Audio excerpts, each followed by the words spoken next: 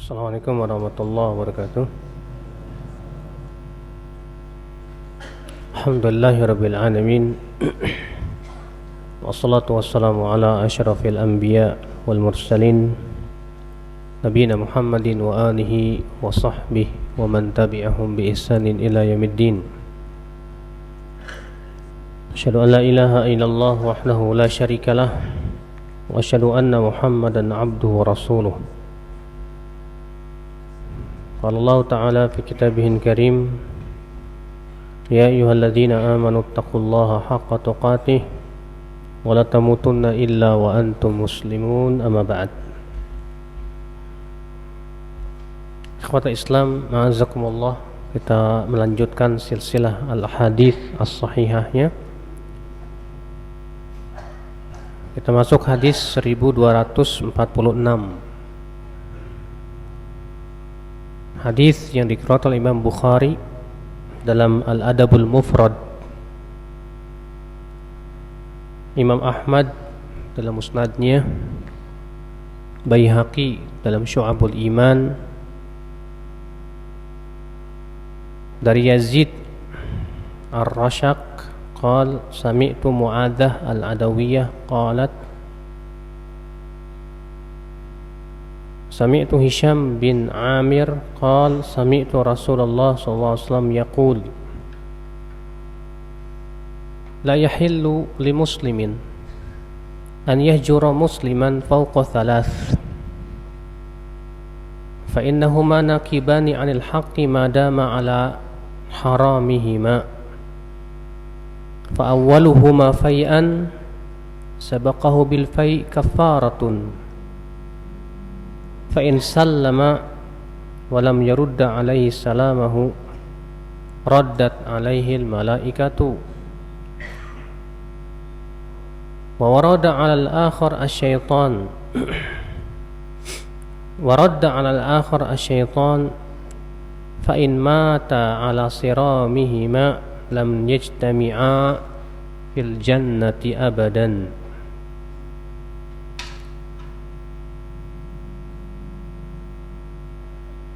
Tidak halal seorang muslim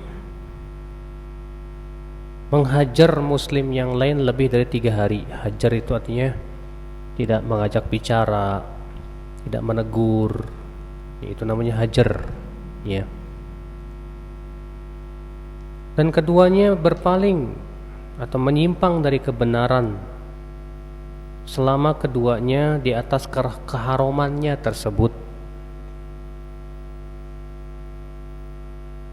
Dan yang pertama kali kembali, mendahulinya dengan kembali adalah kafarat, artinya ya ketika seseorang ya dua-duanya itu saling menghajar, tidak mau ngasih salam, tidak mau saling bertegur sapa, dan masing-masing mereka itu berpaling, maka kafaratnya adalah dengan cara apa? Kedua-duanya untuk kembali dan kembali memperbaiki hubungan. Kafaratnya hanya itu. Dan apabila dia mengucapkan salam, misalnya yang si A mengucapkan salam kepada si B, dan ternyata si B tidak menjawab salam si A, maka malaikatlah yang akan menjawab salamnya. Dan setan pula yang akan menjawabnya. Artinya kalau si A ya mengucapin salam ke si B, assalamualaikum, si B nggak mau jawab, maka yang akan menjawab terhadap si A siapa? Malaikat. Yang akan menjawab si B siapa? Setan. Ya.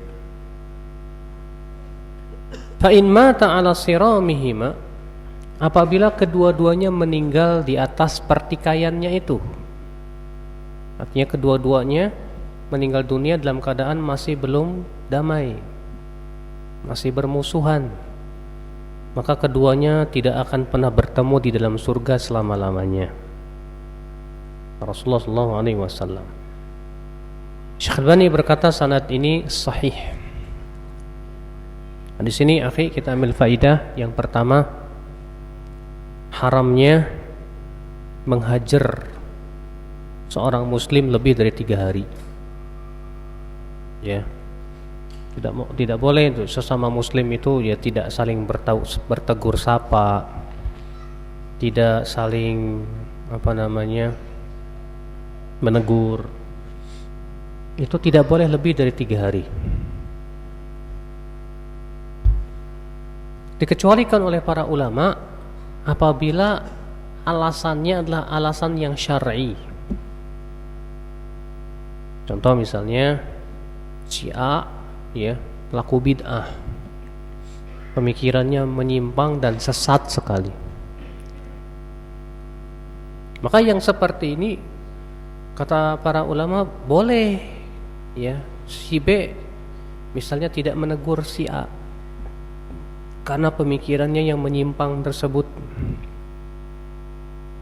Ya, ini diperbolehkan kalau memang di sana ada maslahat yang lebih besar. Dalilnya kisah tentang 3 sahabat yang tidak ikut perang Tabuk, di mana kemudian Nabi Shallallahu Alaihi Wasallam ya menyuruh para sahabat untuk tidak bercakap-cakap dengan 3 orang ini, tidak mengucapkan salam kepada 3 orang ini, tidak mengajak bicara, pokoknya dihajar deh. Itu selama 50 hari. Selama berapa hari? Selama 50 hari. Berarti lebih dari 3 hari tidak? Iya. Lebih dari 3 hari. Berarti itu boleh lebih dari 3 hari kalau ternyata alasannya apa? Syar'i. Adapun kalau alasannya tidak syar'i, duniawiyah belaka, si A tersinggung sama si B, atau misalnya gara-gara rebutan lapak misalnya, atau misalnya ya masalah-masalah yang sifatnya duniawiyah ya akal Islam, maka tidak diperkenankan lebih dari 3 hari. Dan yang paling utama di sisi Allah yang mengucapkan salam duluan.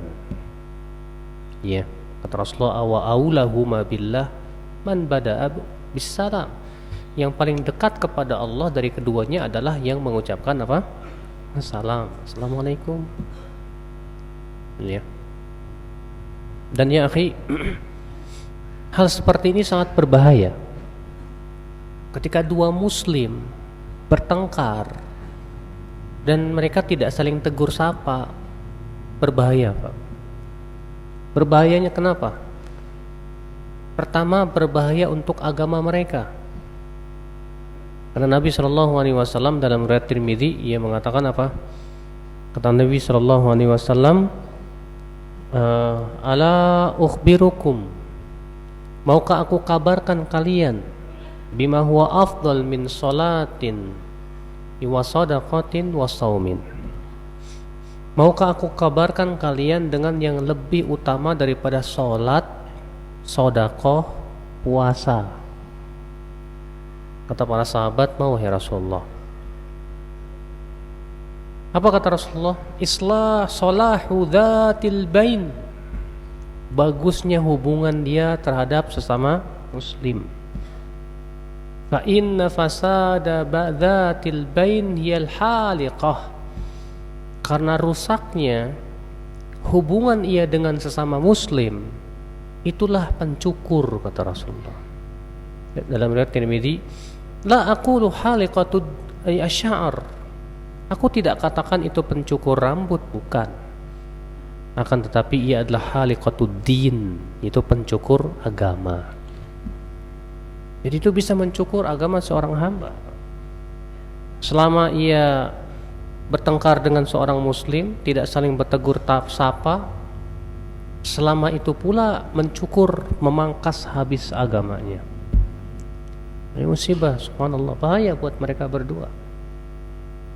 Demikian pula dalam hadis Nabi SAW ya, dalam riwayat Abu Daud, bahwa di setiap hari Senin dan di setiap hari Kamis itu amalan hamba itu dilaporkan kepada Allah, ditampakkan kepada Allah Subhanahu wa taala.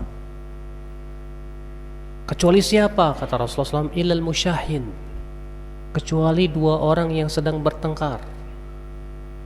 Maka Allah berfirman kepada ya malaikat yang menulis catatannya, ya amalannya apa? Kata Allah, anzira hadain hatta yastaliha, tangguhkan dua orang ini yang sedang bertengkar ini sampai keduanya apa? Damai. Berarti selama mereka bertengkar, selama itu pula amalannya belum ditampakkan kepada Allah Subhanahu wa taala. Rugi tidak, Pak? Kerugian. Makanya dari itulah ya akhwat Islam, tidak halal seorang muslim untuk mengisolir, menghajar, menjauhi saudaranya sesama muslim lebih dari 3 hari kalau ternyata alasannya hanya sebatas dunia saja. Karena dalam kehidupan terkadang yang namanya persaingan ya, persaingan dalam perdagangan, persaingan di dalam muncul rasa dengki, rasa panas, rasa kesal, tidak suka, akhirnya apa? Saling ya memalingkan muka dan yang lainnya. Sallallahu alaihi wasallam wal afiyah. Maka ini diharamkan ya akal Islam dalam syariat kita ini.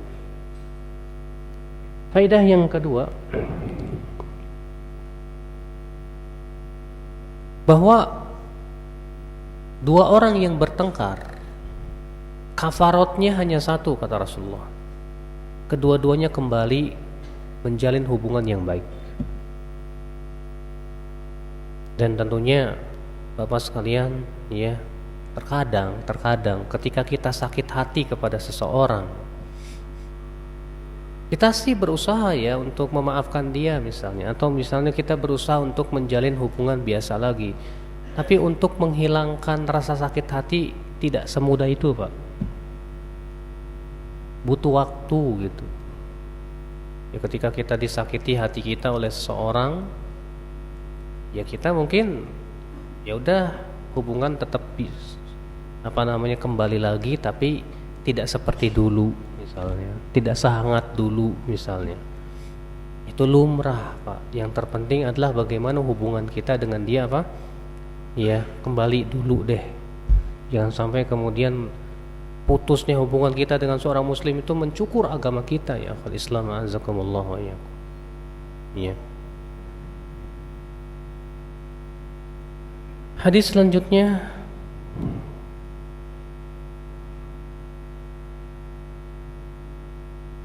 hadis yang diriwayatkan oleh Imam Bukhari, dan ini lafaz Imam Bukhari dan Muslim, dari jalan Muhammad bin Al-Walid Az-Zubaydi, ia berkata, akhbarana Az-Zuhri, dari Urwah ibn Zubair, dari Zainab ibnatu Abi Salamah, dari Ummu Salamah, ya semoga Allah meridainya, anna Nabiy sallallahu alaihi wasallam ra'a fi baitiha jariyatun fi wajhiha saf'ah, faqala istarqu laha fa inna biha an-nadhrah.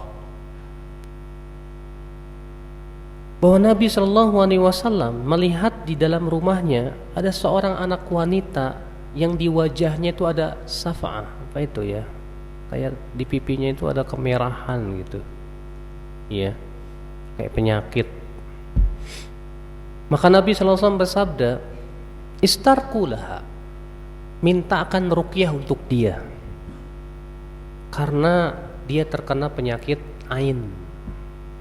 Artinya ada orang yang melihat anak ini, kemudian matanya itu mata dengki misalnya gitu ya, akibatnya pengaruh, Pak. Itu disebut dengan apa? Ain. Iya. Hadis ini menunjukkan di akhwat Islam azakumullah wa iyyakum, ada sebuah penyakit yang ditimbulkan oleh pandangan mata yang jahat. Ini sudah seringkali kita pernah bahas ya. Itu disebut dengan penyakit apa? Ain. Ya, ain. Hadis ini juga kita ambil faedah yang kedua, bahwa pengobatan orang yang terkena penyakit ain adalah dengan cara diruqyah. Namun ada cara lain ditunjukkan oleh hadis yang lain ya, yaitu hadis riwayat Imam Al-Hakim yang kita pernah sebutkan juga, bahwa ada seorang laki-laki mandi di tengah padang pasir. Setelah mandi tiba-tiba panas, yang sangat panas. Rupanya anaknya tahu kalau ada orang lain yang memperhatikan ayahnya. Maka si anak ini pun kemudian melaporkanlah kepada Rasulullah SAW. Maka Rasulullah memanggil orang yang melihat tersebut. Lalu Rasulullah bersabda, "Halla barrakta?" Kenapa kamu tidak doakan ia dengan keberkahan? Kemudian Rasulullah menyuruh dia berwudu. Lalu kemudian air wudunya diguyurkan kemana? Kepada orang yang terkena penyakit ain tersebut. Sembuh biidznillah.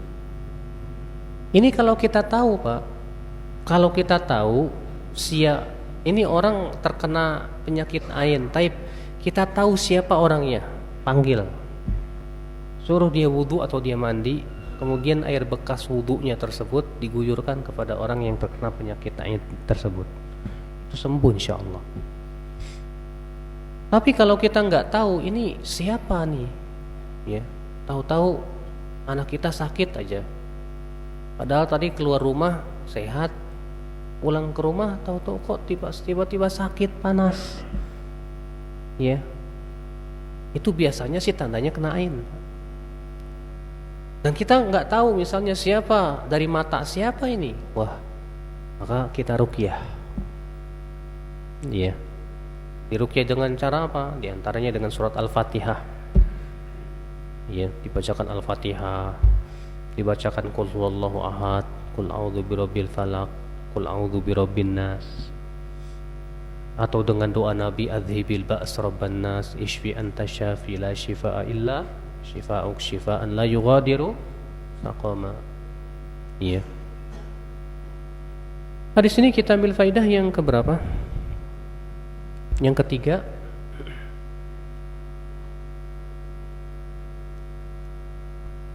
Bolehnya meminta ruqyah untuk orang lain. Bolehnya meminta ruqyah untuk orang lain. Karena yang dimakruhkan itu Pak adalah meminta ruqyah untuk diri sendiri. Yang disebutkan dalam hadis Nabi SAW ya, ketika Nabi mengatakan ada 70.000 orang dari umat Islam yang akan masuk surga tanpa hisab dan adab. Siapa mereka? Kata Rasulullah, humul ladzina la yastarqun. Yang pertama, mereka orang yang tidak minta diruqyah. Berarti yang dilarang itu kalau minta diruqyah untuk diri sendiri, Pak. Adapun kalau minta ruqyah untuk orang lain enggak masalah. Untuk misalnya datang ke si fulan, akhi, tolonglah saudara saya itu ya kemasukan jurik, ya tolong diruqyah dong. Seperti ini boleh, karena Nabi SAW melakukannya. Lihat, Nabi SAW melihat seorang anak wanita yang apa? Kata Nabi, istarku, dari kata istarqa yastarqi, wazannya istaghfara istaf'ala yastaf'ilu, artinya talabur ruqyah, artinya mintalah untuk diruqyah anak ini. Berarti boleh dong kita minta ruqyah kepada orang lain untuk orang lain, bukan untuk kita, enggak masalah. Ya. Hadis ini juga kita ambil faidah yang keempat, pentingnya mendoakan anak kita yang masih kecil, Pak, supaya terhindar dari yang namanya ain. Jadi kalau kita punya anak ya 3 tahun, 4 tahun, 5 tahun, terkadang kan anak-anak kita yang 5 tahun, 6 tahun tuh suka main di rumah, di luar rumah gitu kan ya, sama teman-temannya. Maka seperti ini penting, Pak, doakan. Apa doanya? Itu yang Nabi SAW ucapkan untuk Hasan dan Husain, di mana Nabi SAW memperlindungkan Hasan dan Husain. Beliau berkata, u'idhukuma bikalimatillahi tammati min kulli syaitanin wa hamma wa min kulli ainin wala ammah. Aku pelindungkan kamu, ya, dengan kalimat-kalimat Allah yang sempurna dari setiap syaitan dan binatang berbisa, dan dari setiap mata, ya, yang dengki, walamah, dan dari setiap yang mencaci. Nah itu ya akhi, azakumullah ya. Karena itu kalau kita punya anak, sini nak, abi doain dulu, ya. U'iduka bi kalimatillahi tammati min kulli syaitanin wa hamah wa min kulli ainin ya walamah. Supaya apa? Supaya kalau ternyata ada orang yang melihat dengan mata dengki gitu ya, anak kita tidak terpengaruh, nggak kena ain, insyaallah, biidznillah. Apalagi kalau anak antum misalnya ganteng atau cantik gitu kan, bisa aja ada orang memandang lupa untuk mengucapkan apa, barakallahu fiik gitu kan, akhirnya apa, kena. Itu sangat mungkin terjadi ya akhwal Islam. Hadis selanjutnya 1248. Hadis yang diriwayatkan Imam Bukhari, Imam Muslim, Abu Daud dan Ahmad dari hadis Hammam bin Munabbih dari Abu Hurairah secara marfu, bahwa Nabi sallallahu alaihi wasallam bersabda, al-ainu haqqun, penyakit ain itu hak, benar adanya. Iya.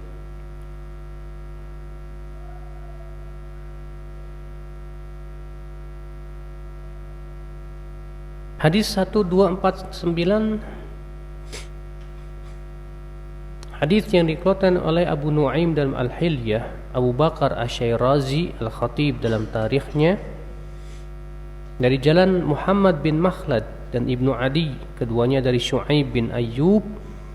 Haddatsana Muawiyah bin Hisham, ia berkata haddatsana Sufyan dari Muhammad bin Al-Munkadir dari Jabir. Wa Nabi sallallahu alaihi wasallam bersabda, al-ainu tudkhilu ar-rajul al-qabra wal jamal al-qidra. Penyakit ain itu, ya, pandangan mata jahat itu bisa menyebabkan seseorang masuk kuburan dan menyebabkan unta masuk kuali, maksudnya mati. Jadi kalau ada orang terkadang ya akhi, ya, melihat orang lain dengan pandangan mata dengki, pandangannya itu bisa membuat orang itu mati, Pak. Ya. Bahkan binatang saja, onta, kalau terkena penyakit ain kata Rasulullah bisa mati. Bayangkan, itu pengaruh penyakit ain itu dahsyat sekali. Ya, sampai Nabi mengatakan bahwa yang namanya ain itu apa? Ya, bisa memasukkan seseorang kuburan dan bisa menjadikan unta itu dimasak di kuali. Ya. Subhanallah. Hadis 1250 juga sama.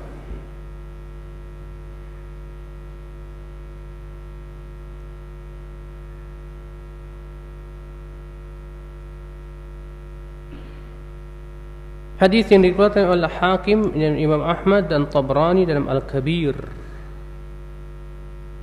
dari jalan Sufyan dari Duwaid, ia berkata haddatsani Ismail bin Thauban dari Jabir bin Zaid dari Ibnu Abbas secara marfu bahwa Nabi sallallahu alaihi wasallam bersabda, al-ainu haqqun. Ya. Ain atau pandangan mata, penyakit yang diakibatkan daripada pandangan mata itu hak.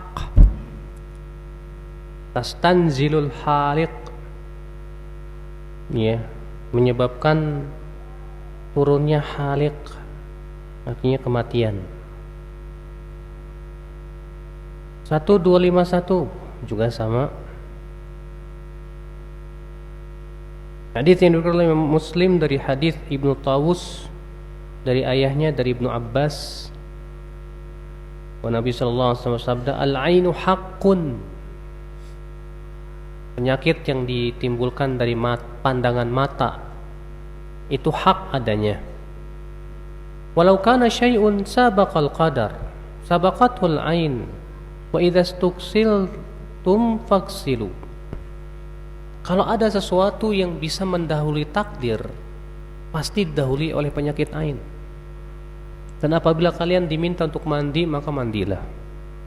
Artinya kalau kamu yang melihat ya anak saya, sehingga anak saya sakit, iya, mandi kamu. Nah, kalau dia mandi, suruh mandi. Nanti air bekas mandinya itu kemudian dimandikan ke anak kita yang terkena penyakit ain. InsyaAllah sembuh kalau seperti itu ya akhwal Islam, azakumullah wa iyyakum. Terus ini juga menunjukkan tentang masalah ain ya. Hadis 1252. Hadis yang dikeluarkan oleh Tirmidzi dan Ibnu Majah dan Ahmad dan Ibnu Adi dari Sufyan dari Amr bin Dinar dari Urwah dari Ubaid bin Rifa'ah Az-Zuraqi bahwa Asma bintu Umais berkata, "Ya Rasulullah, inna walada Ja'far tusri ilaihim al-ain, ya, fa astarqi lahum." Wahai Rasulullah, sesungguhnya anaknya Ja'far itu cepat sekali terkena penyakit ain. Bolehkah aku memohon yang meminta ruqyah untuk mereka? Kata Rasulullah, "Na'am. Fa innahu law kana syai'un sabaqal qadara sabaqatul ain." Terus karena sesungguhnya kalaulah ada sesuatu yang bisa mendahului takdir, tentu akan didahului oleh penyakit ain. Ya. Artinya tidak ada sesuatu yang bisa mendahului takdir, karena segala sesuatu itu terjadi dengan apa? Takdir. Ya. Kalau ternyata ada yang bisa mendahului takdir, pasti didahului oleh penyakit ain. Tapi penyakit ain pun juga ya akhi, itu sudah masuk dalam apa? Takdir Allah subhanahu wa ta'ala. Itu maksudnya ya akhi, azakumullah wa yakum. Hadis ini akhi, kita ambil faidah yang sudah kita sebutkan tadi, itu adanya penyakit ain, pandangan mata yang jahat, yang dengki. Kalau antum bawa mobil bagus misalnya, boleh beli, ada mau teman antum ngelihatnya dengan dengki, tahu-tahu mobilnya mogok aja, terjadi pak, itu pengaruh penyakit ain itu. Ya, tuh mobil saya kok tiba-tiba mogok, nggak ada angin, nggak ada apa, baru beli kok. Atau tiba-tiba bannya kempes, ya. Itu bisa terjadi dari apa? Dari pandangan mata yang dengki biasanya ya akhul Islam, azakumullah wa iyyakum. Hadis 1253. Hadis yang dikeluarkan Ad-Dailami dari jalan At-Tabrani dan Ibnu Mandah dalam Al-Ma'rifah dan Ibnu Asakir dari Ubaid bin Ya'ish, ia berkata, haddatsana Muhammad bin Fudail dari Ismail dari Qais dari Abul War As-Sulami secara marfu' bahwa Nabi sallallahu alaihi wasallam bersabda, "Iyyakum wa abwabas sultan fa innahu qad asbaha sa'ban habutan." Kata Rasulullah SAW, jauhi oleh kalian pintu-pintu sultan, penguasa. Artinya kamu jangan menjilat kepada penguasa. Kamu jangan mendekati pintu-pintu penguasa. Kenapa? Itu fitnah buat kita terkadang, akhi. Iya. Kenapa? Fa innahu qad asbaha sa'ban habutan. Karena ia akan menjadi rendah dan sulit. Ya, dzullan, habutan artinya dzullan. Ya. Hadis ini menunjukkan ya akhi azakumullah, larangan kita untuk ya dekat dengan pintu penguasa. Maksudnya dekat di sini akhi ya kayak gitulah. Terkadang ada orang yang dekat dengan penguasa itu tujuannya apa sih pak? Orang dekat dengan penguasa itu biasanya tujuannya apa? Banyaknya sih fulus, banyaknya masalah apa? Dunia dan yang lainnya. memfitnah, akhi, memfitnah. Makanya salafus saleh terdahulu itu mereka itu paling lari dari kekuasaan gitu loh. Takut sama sekali. Sangat takut. Kenapa? Karena fitnahnya berat ya Islam azakumullah. Maka dari itu Rasulullah SAW mengatakan, jauhi oleh kalian pintu-pintu penguasa. Jangan kalian biasakan diri untuk mendekati pintu-pintu penguasa itu. Bukan apakah berarti kita jauhi? Tidak. Tetap kita berusaha untuk menasihati mereka, membantu mereka dalam perkara yang ma'ruf, sabar dalam menghadapi kezaliman mereka dan yang lainnya. Tetap. Akan tetapi yang dimaksud di sini ya akhi azakumullah, jangan sampai hati kita condong kepada hal seperti itu. Karena apa? Karena itu seringkali menimbulkan fitnah dunia ya. Antum punya teman penguasa yang gak masalah, tapi kemudian antum ya menjilat dia dan mengharapkan dunia dari dia, bahaya. Maka kewajiban kita ya akhi azakumullah terhadap penguasa itu apa Pak? Kita berusaha yang pertama mendoakan penguasa supaya mereka diberikan hidayah. Ini yang harus Pak, karena itu termasuk nasihat untuk penguasa. Sampai-sampai Imam Al-Barbahari berkata apa? Idza ra'aita man yad'u 'ala sultan fa innahu min ahlil hawa. Kalau kamu melihat ada orang yang mendoakan kecelakaan kepada penguasa, maka itu tandanya dia pengikut hawa nafsu. Wa idza ra'aita rajulan yad'u lis-sultan fa innahu min ahli sunnati insyaallah. Kalau kamu melihat ada orang yang mendoakan kebaikan untuk penguasa, yang didoakan kebaikan, dapat hidayah dan yang lainnya, maka ia termasuk ahlus sunnah insyaallah, kata beliau. Sampai Imam Barbahari ya menjadikan tanda ahlus sunnah atau bukan itu apa? Dia mencaci maki penguasa atau mendoakan kebaikan untuk penguasa. Berarti orang yang mencaci maki penguasa itu tandanya ahlul hawa. Ya kata Rasulullah, kata Imam Barbahari, hati-hati terhadap orang tersebut ya akhul Islam. Ini yang pertama ya, kita doakan mereka. Sebab kalau doa kita makbul Pak, diijabah Pak, dan ternyata Allah jadikan mereka baik, kebaikannya buat siapa? Ya buat semuanya, buat rakyat Pak. Tapi kalau antum doakan keburukan buat mereka, aduh mudah-mudahan pemimpin kita misalnya mati atau mampus atau yang lainnya, yakin penggantinya lebih baik? Makanya kan Al-Hasan Al-Basri pernah kan mendengar seseorang berkata begini, ya Allah, ya binasakan si Hajjaj bin Yusuf itu.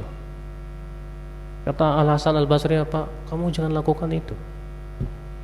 Apa kata dia? Hai Hasan, apa kamu tidak tahu bagaimana kekejaman Hajjaj bin Yusuf? Kata Al-Hasan, jangan. Karena kita tidak tahu kalau ternyata Allah kabulkan doamu dan dia pun binasa, barangkali penggantinya kera dan babi. Kita doakan dia supaya ya hancur, ternyata penggantinya nggak lebih baik. Penggantinya apa? Ternyata lebih buruk. Makanya ya akhi, doakan penguasa dengan apa? Kebaikan, supaya dapat hidayah. Doakan di waktu-waktu ijabah. Sampai-sampai Fudail bin Iyad berkata, aku ingin sekali mengundang orang-orang soleh ke rumahku, lalu aku jamu mereka makan. Setelah itu aku minta mereka semuanya berdoa untuk penguasa supaya Allah memberikan taufik kepada mereka. Kan manfaat Pak, maslahat ya. Terkadang banyak di antara kita itu ya kerjaannya kalau ceramah di podium-podium mencaci maki isinya. Ini enggak benar ya akal Islam azakumullah ya. Ini yang pertama. Yang kedua, kewajiban kita apa? Membantu mereka dalam perkara yang ma'ruf, menaati mereka dalam perkara yang ma'ruf. Kalau itu merupakan kebaikan, bukan maksiat, ya kita taati, kita bantu. Tapi kalau itu maksiat lah. Karena Rasulullah SAW la ta'ata li makhluqin fi ma'siyatil khaliq. Tidak boleh menaati makhluk untuk memaksiati siapa? Allah Subhanahu wa taala enggak boleh, ya akhi. Iya. Nah ini ya akhi, maka Rasulullah mengatakan jauhi oleh kalian pintu-pintu penguasa. Karena itu kerendahan buat kamu. Orang yang mendekati pintu penguasa jadi rendah, Pak. Iya. Apalagi kalau tujuannya sebatas dunia, ingin dapat kekuasaan, ingin dapat harta dan yang lainnya. Hina. Seorang muslim tuh nggak boleh menghinakan diri di hadapan makhluk, Pak. Seorang muslim tuh mulia jiwanya, Pak. Seorang muslim itu nggak pernah hatinya itu mengharapkan sesuatu dari makhluk, nggak. Dia gantungkan pengharapannya kepada siapa? Pada Allah. Makanya kata Rasulullah SAW apa? Inna syarafal mu'min qiyamu bil lail wa izzahu istighna'u 'anil nas. Sesungguhnya kemuliaan seorang mukmin itu terletak pada salat malam. Dan keperkasaannya di saat ia tidak merasa butuh kepada manusia. Di saat ia tidak menggantungkan harapannya kepada manusia. Tapi ia menggantungkan harapannya hanya kepada Allah Subhanahu wa taala. Nah ini ya akal Islam, azakumullah wa iyyakum. Hadis 1254.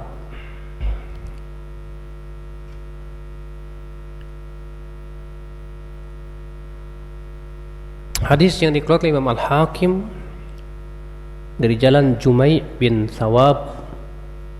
Ia berkata haddatsana Abdullah bin Busr, sahabat Nabi sallallahu alaihi wasallam. Ia berkata Rasulullah bersabda. Rasulullah SAW bersabda, tuba liman ra'ani wa tuba liman ra'a man ra'ani wa liman ra'a man ra'ani wa amana bi. Tuba, apa sih tuba itu? Tuba itu sebuah pohon di surga. Tuba itu sebuah pohon di mana? Di surga. Untuk orang yang melihat aku. Dan tuba untuk orang yang melihat aku, artinya orang yang bertemu dengan sahabat. Dan tuba buat orang yang melihat orang yang melihatku. Maksudnya tabi'in. Ya. Dan ia beriman kepadaku. Di dalam sanadnya Pak, ada seorang perawi yang bernama Jumai' ini. Kata Imam Al-Hadzahabi wahin itu menunjukkan lemah banget gitu loh. Tapi kata Syekh Albani, ia tidak bersendirian. Ia telah dimutabaat. Iya. Di mana Ad-Diya dalam Al-Mukhtarah meriwayatkan dari jalan Abu Ya'la dan At-Tabrani dengan sanad keduanya dari Baqiyah. At-Tabrani berkata haddatsana Muhammad bin Abdurrahman bin Arq al-Yahsubi dari Abdullah bin Busr. Kata beliau ini sanadnya hasan dan perawi-perawinya ma'ruf kecuali al-Yahsubi ini. Ya. Dan ia seorang perawi yang dianggap thiqah oleh Ibnu Hibban. Dan juga mempunyai sanad-sanad dari anak kepada Anas juga. Sehingga dengan seperti itu hadis ini bisa menjadi naik derajatnya. Iya. Jadi kata beliau bil jumlah fal haditsu hasan insyaallah. Jadi kalau kita lihat jalan-jalan tadi, hadis ini hasan insyaallah. Hasan itu lebih rendah dari sahih ya. Yang paling tinggi apa? Sahih, di bawahnya apa? Hasan. Hadis ini ya akhi menunjukkan keutamaan 3 generasi ini. Yang pertama generasi sahabat, yang kedua generasi tabi'in, yang ketiga generasi tabi'in. Kenapa Nabi SAW mendoakan tuba liman ro'ani wa tuba liman ro'a man ro'ani wa liman ro'a man ro'a man ro'ani wa amana bi. Ya, tuba bagi orang yang melihatku, dan tuba bagi orang yang melihat orang yang melihatku, dan tuba bagi orang yang melihat orang yang melihat orang yang melihatku dan beriman kepadaku. Nah, ini 3 generasi tabi'in, terus tabi'ut, tabi'in, terus sahabat, tabi'in, tabi'ut, tabi'in. Dan ini ditunjukkan oleh hadis lain juga. Nabi SAW bersabda, khairun nasi qarni, thumma ladina yalunahum, thumma ladina yalunahum. Sebaik-baiknya manusia itu generasiku, kata Rasulullah. Kemudian generasi setelahnya yaitu tabi'in. Kemudian generasi setelahnya lagi yaitu apa? Tabi'ut tabi'in. Ini 3 generasi yang diutamakan ya akhwat Islam. Azakumullah ya, masyaallah. Maka kewajiban kita ya akhi, ya untuk senantiasa merujuk para 3 generasi ini, Pak. Nah, 3 generasi inilah yang kemudian dimutlakan oleh sebagian ulama dengan nama salaf. Iya, sebagian ulama mengatakan bahwa yang dimaksud dengan salaf itu artinya 3 generasi yang utama. Itulah salaf. Dan kita yang menisbatkan diri kepada salaf disebut salafi. Tapi apakah orang yang mengatakan dirinya salafi pasti salaf? Salafi? Enggak, belum tentu. Ya, seperti ada orang yang ngaku saya ahlus sunnah, tapi ternyata akidahnya enggak sesuai dengan ahlus sunnah. Ya enggak disebut ahlus sunnah wal jamaah, maka sebatas pengakuan tuh enggak. Ya. Hadis 1255.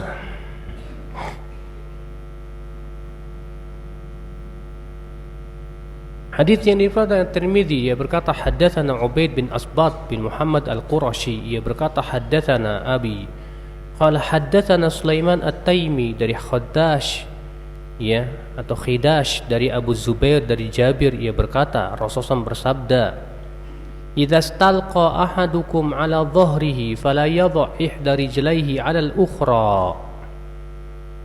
Apabila salah seorang tidur terlentang, kan terlentang Pak, gini ini,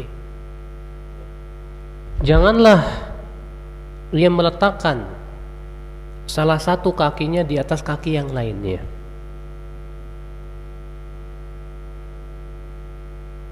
At-Tirmidzi berkata hadis ini diriwayatkan ya oleh selain dari satu orang dari Sulaiman At-Taimi, dan tidak dikenal Khidash ini siapa dia atau Khaddash ini.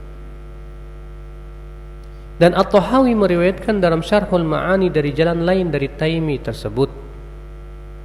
Al-Bazzar juga meriwayatkan dalam musnadnya, ia berkata haddatsana Qais bin Adam, ia berkata haddatsana Jaddi Azhar bin Sa'ad dari Sulaiman At-Taimi dari Khaddash atau Khidash ini dari Abu Zubair dari Jabir dari Ibnu Abbas.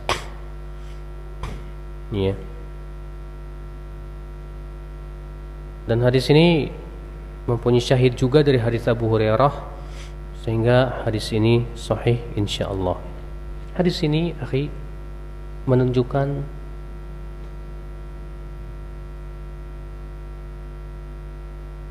haramnya atau dilarang